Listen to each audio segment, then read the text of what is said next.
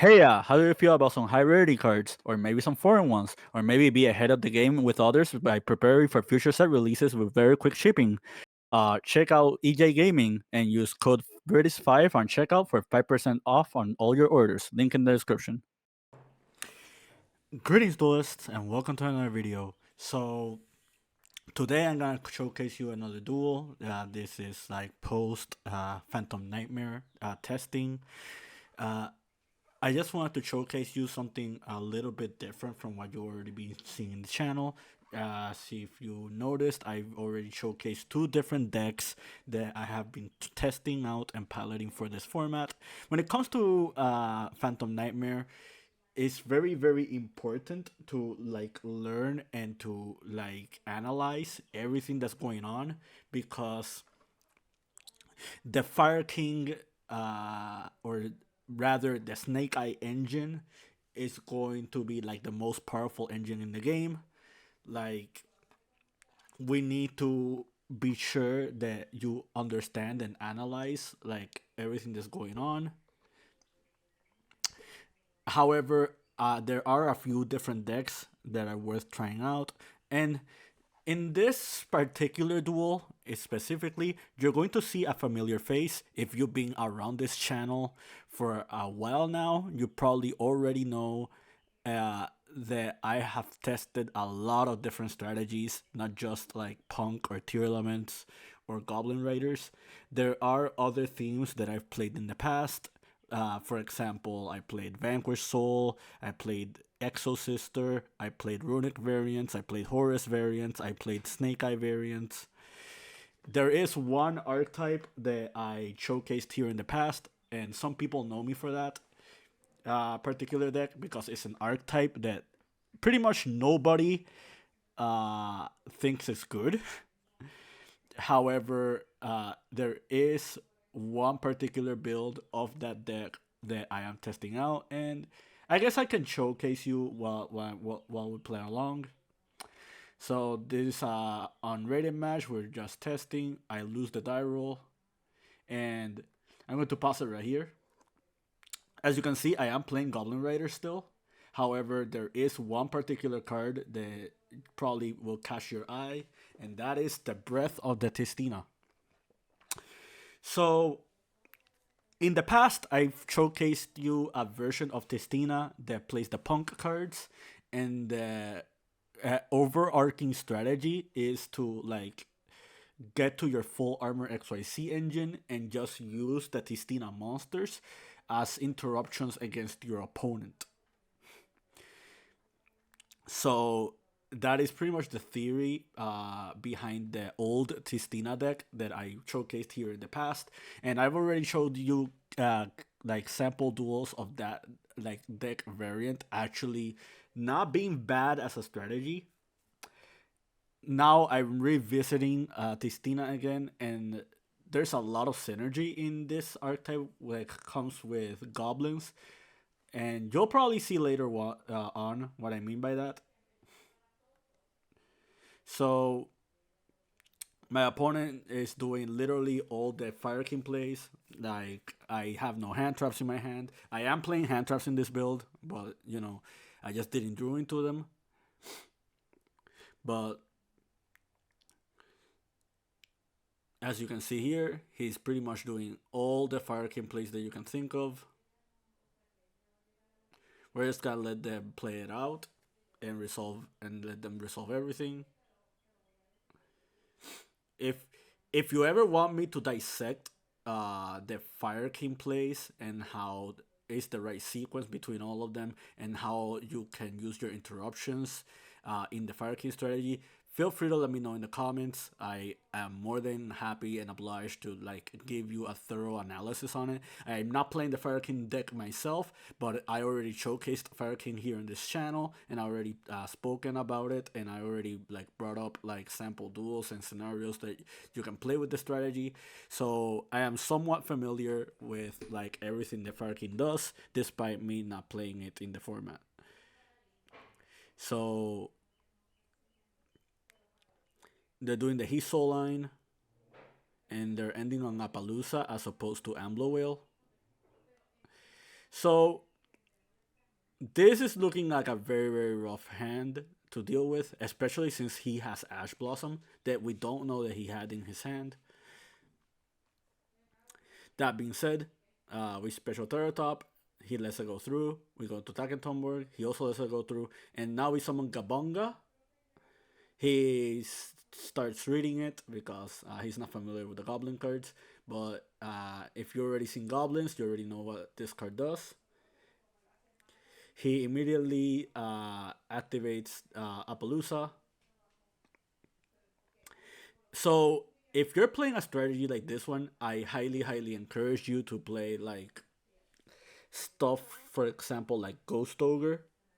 That's one thing I'm not playing in this build that I should have played because uh, with Ghost Ogre, what would have meant is that I could have summoned it off emergency teleport before summoning the big head Kabonga, and that would have forced my opponent to actually do other plays besides just negating with Appaloosa.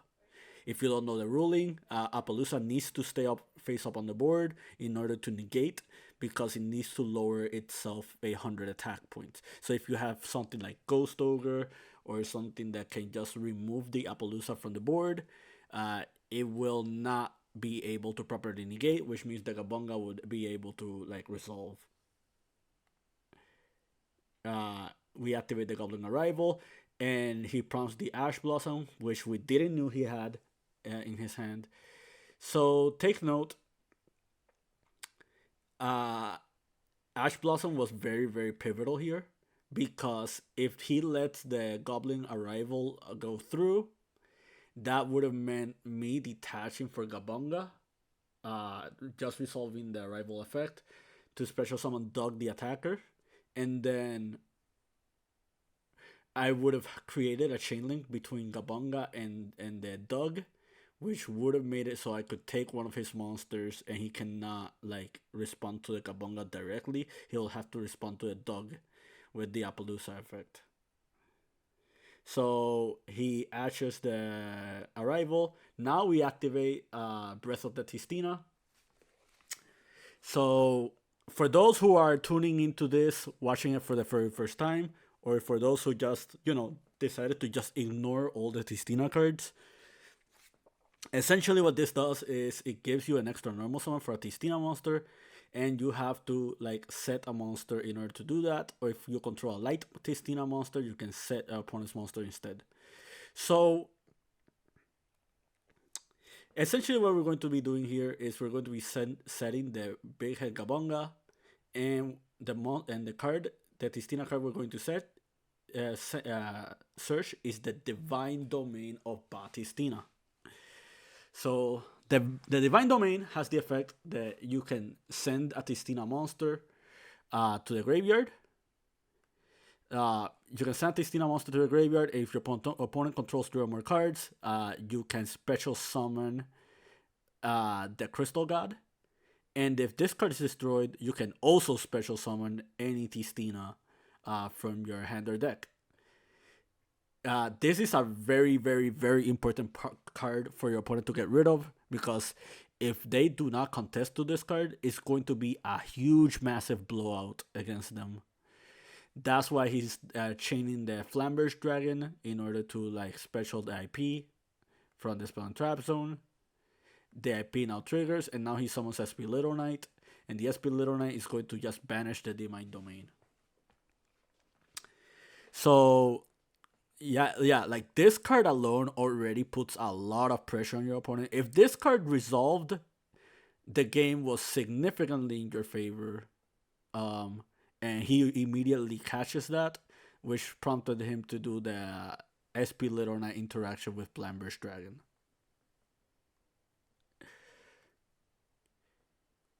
So now we activate Teleport. We summon the Wheeler. Sadly, we did draw into the Nian Nian. That was our 6th card, which is kind of unfortunate. But we pretty much have to take it from this scenario. And now we summon XYZ Armor Torpedo.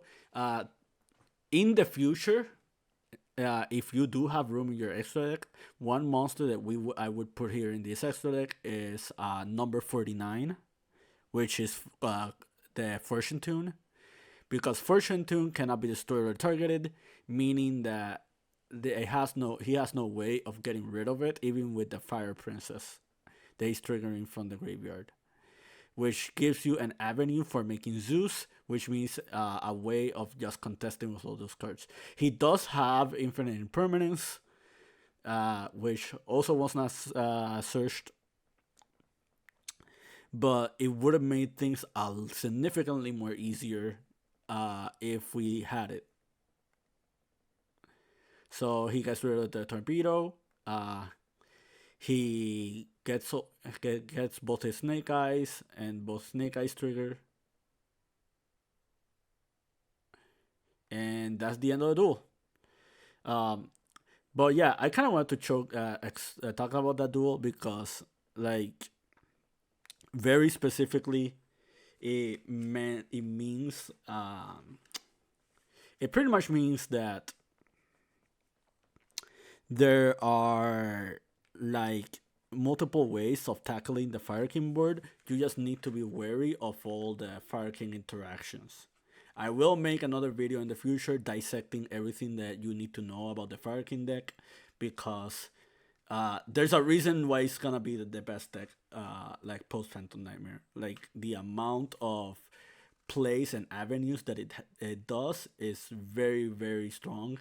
It's almost at the level of Ichizu Tournament, post Madness of Mavens, back on 2022. So now we go first. We add attack at Thornborg. He does open 3 hand traps, which is really unfortunate. Like, and out of those 3 hand traps, he specifically has Droll and Nibiru, which are really, really hard for this deck to play around. At least, it's hard for this deck to play around the specific combination of these 3. So we summon Cicada, we summon Gabonga. These are pretty much 2 interruptions that we can make on the draw. Sadly, he does have the Nibiru, and there's nothing we can do about that. And we just put him on Better Have Engine, and he does have the Dark Witch, which we don't have a way to stop, meaning that he has pretty much the avenue for all his Fire King plays. So now we do another match, or we do another duel rather. We special the Bamboozling Shadow. We add the Goblin. He does the draw. We chain the Gossip Shadow. And we drew into Nyan Nyan again. And to make matters worse, he drew into Nibiru. So now we're going to do XYZ Armor Fortress. Armor Fortress is going to summon full armor XYZ. We summon now into the full armor Dark Lancer. The reason we're doing this is because we need an extra material for our Goblin Riders to keep going. So I do the Dog. Dog does the play to add the Grand Arrival.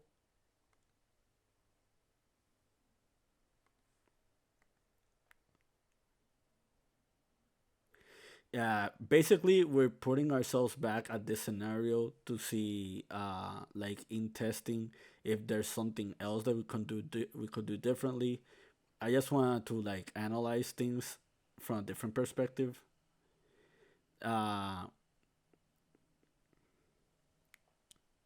We do Gabonga. Gabonga adds us the clutter.